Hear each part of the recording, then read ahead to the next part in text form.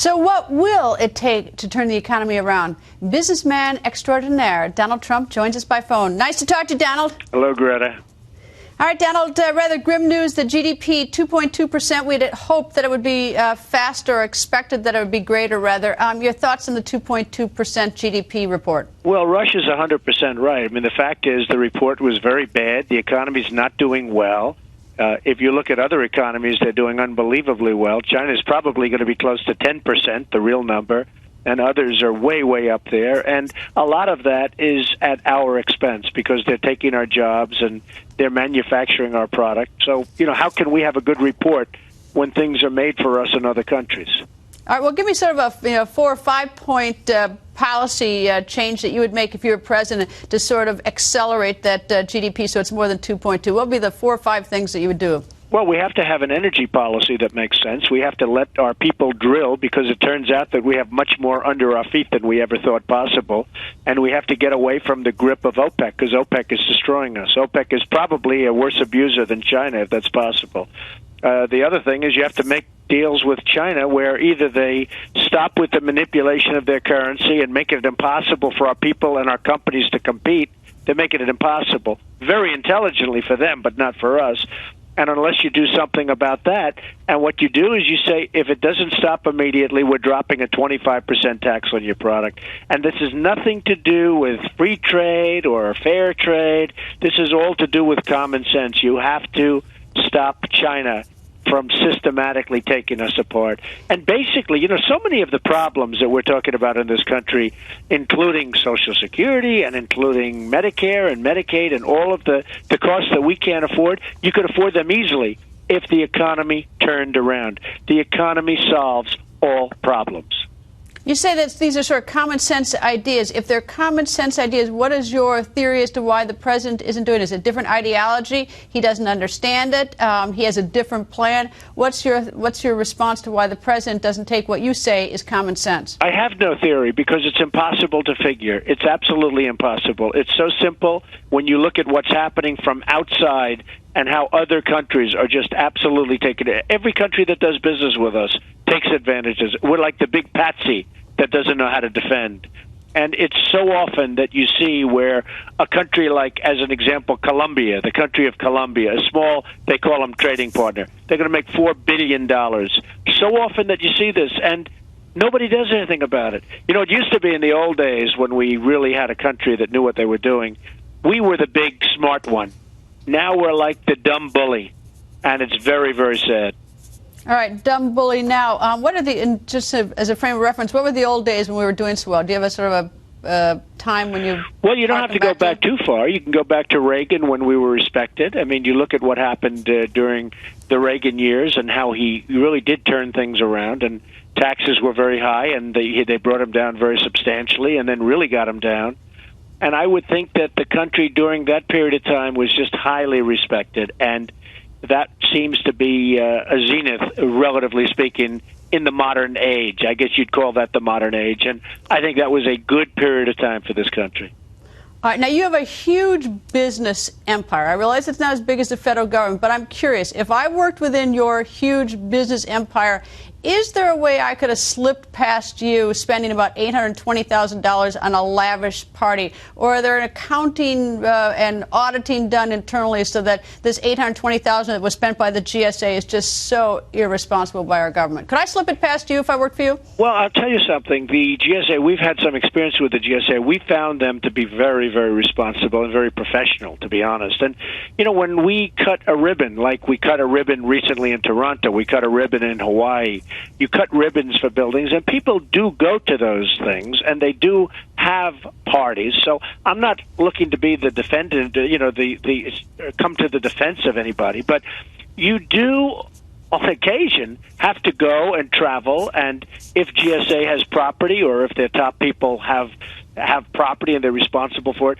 people do go and cut ribbons and do things, and they do spend money on parties like that. So yeah, but you know what, Donald? I don't have any problem with you spending your dime, your private dime going to the party, your private dime to do the ribbon cutting, or even in the case, let's take the case where the GSA went to Hawaii and took like a whole week to go cut a ribbon that took about an hour. They could very easily have outsourced that to a member of Congress who was making a trip home anyway, who could be the sort of the stand-in for the GSA. So I totally disagree with you on this. This is the most extravagant waste of taxpayer money. So well, I just know nothing about it. I mean, I do know though when I do open buildings and when I build a building and we do have openings and we do have parties and we do celebrate the success of a job and all, and that does happen though, Greta. We have to be fair to all sides, and that does happen.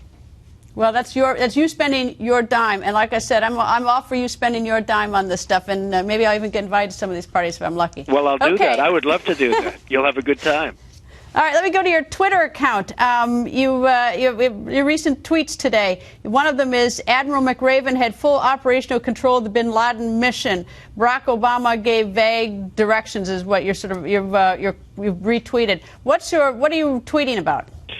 Well, look. When a decision is made, when a group of very, very talented generals or whoever it may be says, "Listen, we have Osama bin Laden, we have him," one of three things is going to happen: leave him alone, go with a missile, or go in and get him. Now, I think almost anybody would have made the decision to either go in and get him or go in with a missile, both which would have been acceptable. So I think a lot of credit is, and that was basically an article that was written, and I think a lot of credit is being given, and credit should be given to a certain extent, but anybody sitting in that office would have, I believe, made the same decision, meaning one of those two things.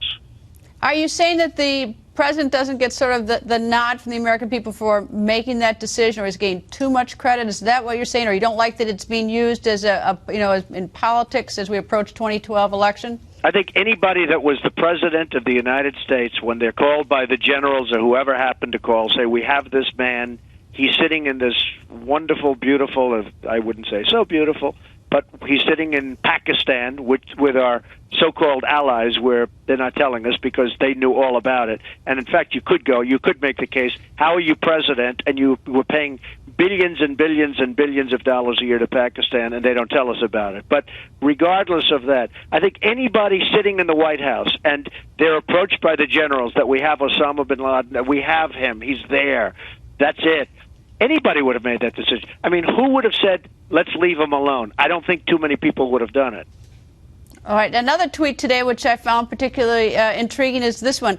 I have never been a fan of John Edwards, referring to Senator John Edwards, former Senator John Edwards, but it's time for the government to focus on more important things. Are you becoming chairman of the John Edwards Defense Committee? Not at all. I'm not a fan at all. I never liked him. I never trusted him. I always thought he was a sleazebag, frankly. But you know what? With all that's going on in this country, they're going out, and this is a very, very tough trial to start off with. And a lot of people are saying it's not a trial that the government's going to win. But with all of that, everything going on, with the money that is being just billions and trillions of dollars being thrown out the window, I really think we have better things to do. And frankly, a lot of people say, and a lot of very good lawyers have told me that the government doesn't have a good case. They're spending months and years on this case, and I am, again, not a fan, don't believe him at all, but I hate to see resources wasted to this extent. His life is destroyed anyway, regardless, and I hate to see this kind of money and effort. We could put money and effort into something else that's a lot more productive. Well, I'm certainly not a fan of Senator John Edwards. I'm a fan of trying to sort of keep the integrity of the system, and I am somewhat curious since he is, he's such an unlikable guy. He's, cheating on his wife so she's dying of cancer and lying about a baby, that I wonder if, I do wonder if it's humanly possible for jurors to sit there and look only at the evidence, knowing in the back of their minds he's such a cad. And I wonder if sort of our personal opinions were so poisoned us away from looking coldly and dispassionately at the evidence and fairly. Well, I think despite what the lawyers are all saying, that it's not a very good case from the government, he may lose just because of what you just said. I mean, people are not thrilled with him, and they really tended to like the wife. I had a lot of respect for her. I met her once or twice, and I sort of had this respect for her. I thought she was very strong, very solid, and he was a bad guy in a lot of different ways, and he could take a case that really shouldn't be won. He could make them win it. So let's see what happens. But with all of that's happening in this world and in this country, I just think that maybe they have better things to do. Got any idea on the Secret Service? Any thought? Well, I think it shows great disrespect for the president, and I think it's really very sad. And it's hard to believe that this hasn't been going on for years and years, but it does show a great disrespect for the president of the United States. Donald, as always, thank you. Thank you very much, Greta.